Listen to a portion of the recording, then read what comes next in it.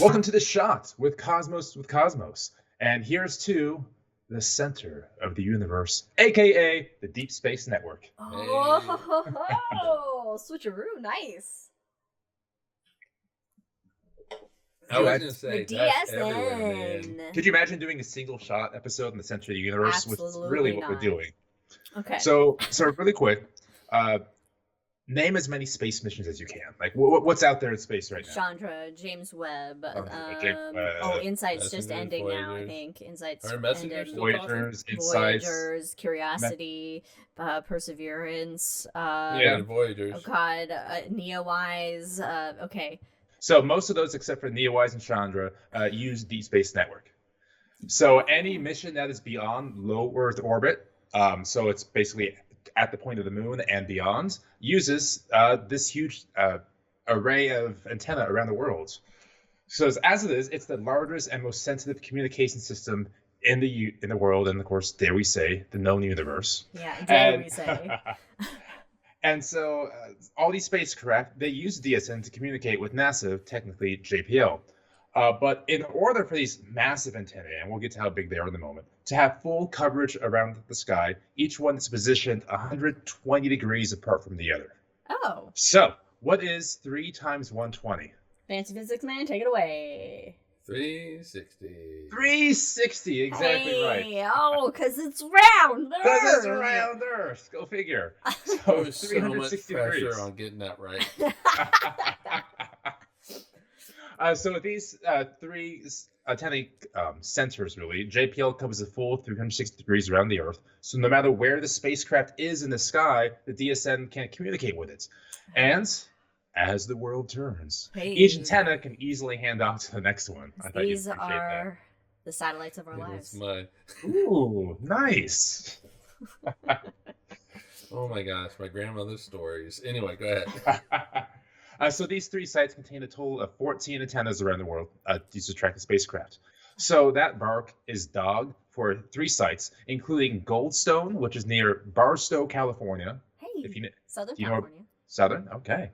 And Goldstone has 5 antennae, including a 70-meter wide antenna. That's 230 feet wide. Is a big boy. Oh, that's a big one, yeah. And then you have a site near Madrid, Spain, which has 7 telescopes altogether. Most of them are 34 meters, one's 26, and of course the other one is 70 meters wide. And then we go down to Canberra, Australia. That was bad. That was like an That Irish was thing going on bad. there. What were you doing? Ooh. You Can did you not edit that reach out? that You're in. not, because my embarrassment needs to be No. recorded for all humanity. So Canberra, Australia. Canberra. Okay. All right. All right. Yeah.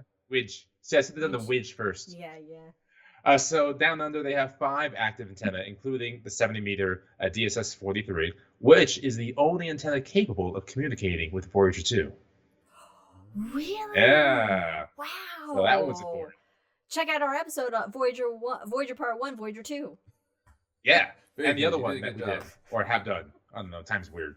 And this one, of course, is still 7 meters, but they are the size of a 20-story office building. Oh my God. They're big boys. Jesus. And to move the antenna around, they use a 200 horsepower motor, which is basically like a car motor, which is turning this whole thing very slowly, Yeah. very delicately. Because And we all know that people sit on the hoods of their cars, speaking of cars, and they listen to what's coming Yeah. through. All right. And you hear the static coming through, and you're, I don't know, what do they have? Camino? I've seen the documentary Contact. Mhm. The historical documents. The Yes. historical documentary.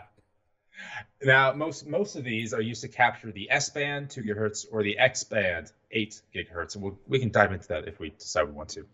But we're going to do my favorite thing, which is a little bit of history. Oh, yay. Because you see, when JPL was transferred from the Army to NASA back in 1958, one of its immediate tasks, out of many tasks, was to find a way to communicate with satellites once they launch into space. This is opposed to every single mission needing to figure out how they're going to communicate with the spacecraft, which was kind of a common thing, and to this day internationally almost as common as well.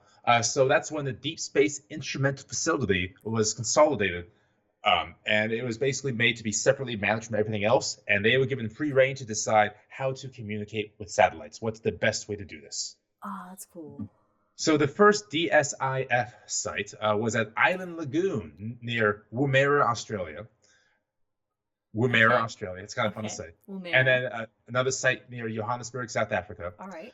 And in the early 1960s, we saw just an incredible amount of launches from zero to more than zero, basically. So with the increased capacity, DSIF was renamed the Deep Space Network in 1963. Okay. Cool. So the DSN was handed the keys to A, create what it needed to do, but then also to research and develop and operate. So there was a whole lot of developments and discoveries that were made from DSN saying, okay, how can we communicate further and further and further away from our planets? And so the very first mission of the DSN was the Ranger program in August of 1961. It was the first U.S. mission to get up-close images of the lunar surface. Ooh. So 1961 is when it opened its doors.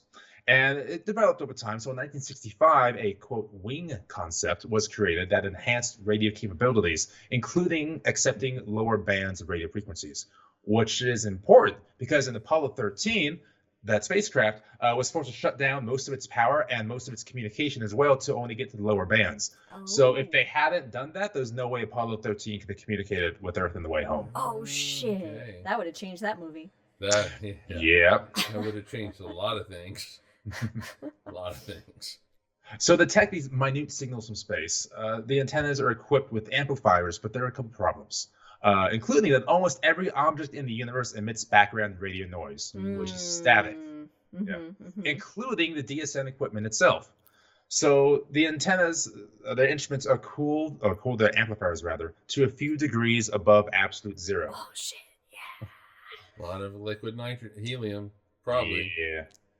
And there's a lot of special techniques to encode signals, making the spacecraft's signal distinguishable from everything else in the universe. So there's a lot going on to even hear them, including time.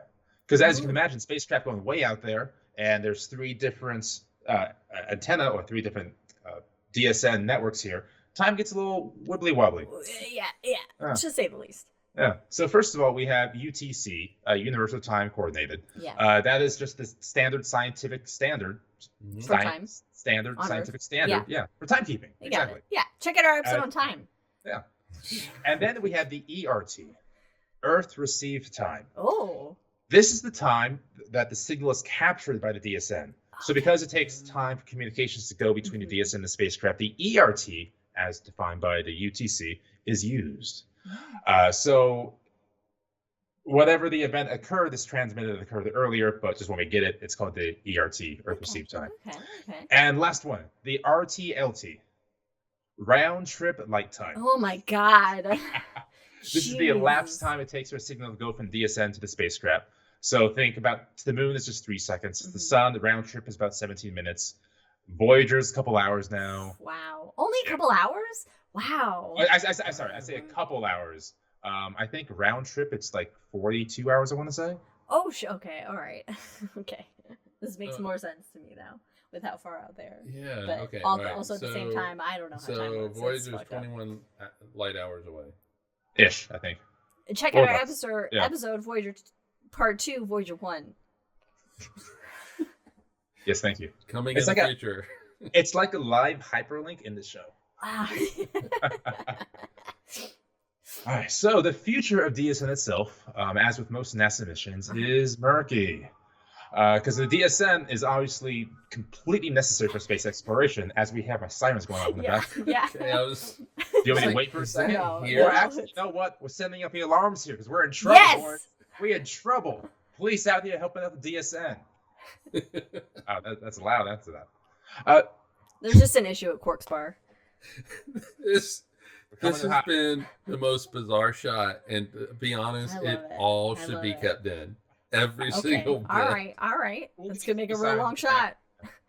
shot. So one of the problems is that for the last 60 years, the DSN has basically performed perfectly, so it hasn't been shown the love. Oh. So in 2010, there was a Deep Space Network Aperture Enhancement Program that wanted to add more antenna to accommodate more missions. More missions, less bandwidth, more ability to make maintenance over the years. But this is over a decade beyond schedule and $300 million over budget. Of course. And it's not, Typical. and it was made in 2010. It's not expected to be completed until 2029. And that is not maintenance on existing telescopes or existing antenna. It's just making new ones so we can better handle bandwidth. Oh, Okay. So we need to look at the original 3 though, as well. Yeah, so we have done that. I think it was last year, the one in Australia went down for maintenance for about 6 or 8 months, a long time. Ooh, Of that's course, long. right when Voyager was having its problems, Oh, which was not the best time. no. Okay, yeah. So, yes, Yeah, that so has been. So we definitely need more, but we also Mhm, need to work on the original 3, but we need more. Mm-hmm. Yes, that So- would be convenient. Especially the Australian one, because it's the only one talking to Voyager 2. Mm-hmm. Mhm.